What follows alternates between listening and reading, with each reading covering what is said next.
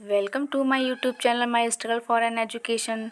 हमारे विज्ञान विषय के अध्याय 4 कंप्लीट हो चुके हैं। आज हम लोग अध्याय 5 गति एवं बल पढ़ते हैं। ठीक है, जैसे गति को मोशन कहते हैं इंग्लिश में और बल को फोर्स कहते हैं। चलिए इसको पढ़ते हैं।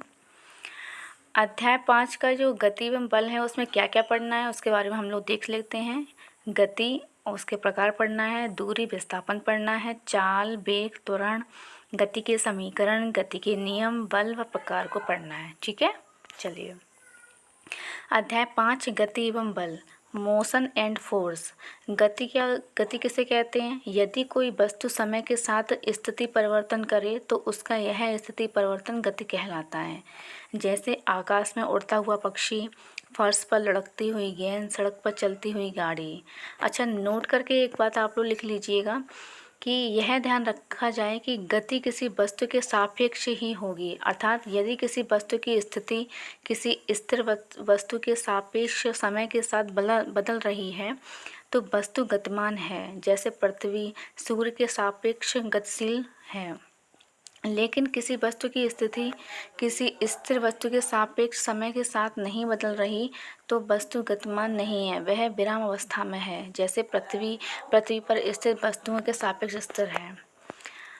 नेक्स्ट आते हैं गति के प्रकार, टाइप्स ऑफ मोशन। तो गति के प्रकार निम्नलिखित हैं। सबसे पहला है सरल रेखीय गति। ठीक है, लाइनर मोशन। सरल रेखा में गतिमान किसी कण की गति सरल रेखीय गति कहलाती है। दूसरा है वृत्तीय गति, सर्कुलर मोशन। यदि कोई कण वृत्ताकार पथ पर गति करे तो कण द्वारा वृत्ताकार मार्ग पर की गई गति को वृत्तीय गति कहते हैं। जैसे सूर्य के चारों ओर पृथ्वी की गति। नेक्स्ट है हमारा घूर्णन गति। ठीक है, तो यदि कोई पिंड स्थिर अक्ष पर घूर्णन करता है या गति करता है तो उसमें होने वाली गति को घूर्णन गति कहते हैं। जैसे लट्टू आपने देखा होगा, तो लट्टू जो है उसको घुमाते हैं तो वो अपनी धुरी पे ही घूमती रहती है, चक्की के पार्टों की गति। नेक्स्ट हमारा होता है दोलन गति। तो जब कोई वस्तु किसी निश्चित बिंदु के आगे पीछे एक सरल रेखीय पथ पर गति करती है तो उसकी यह गति दोलन गति कहलाती है। जैसे झूला झूलता हुआ बालक। अब नेक्स्ट हमारा है आवर्ती गति। जब कोई वस्तु को या पिंड को नियत समय अंतराल के पश्चात अपनी गति को दोहराता पुनरावृत्ति करता है तो उसमें होने वाली गति को आवर्ती गति कहते हैं। जैसे घड़ी के पेंडुलम की गति। नेक्स्ट हमारा है प्रक्षेप्य गति।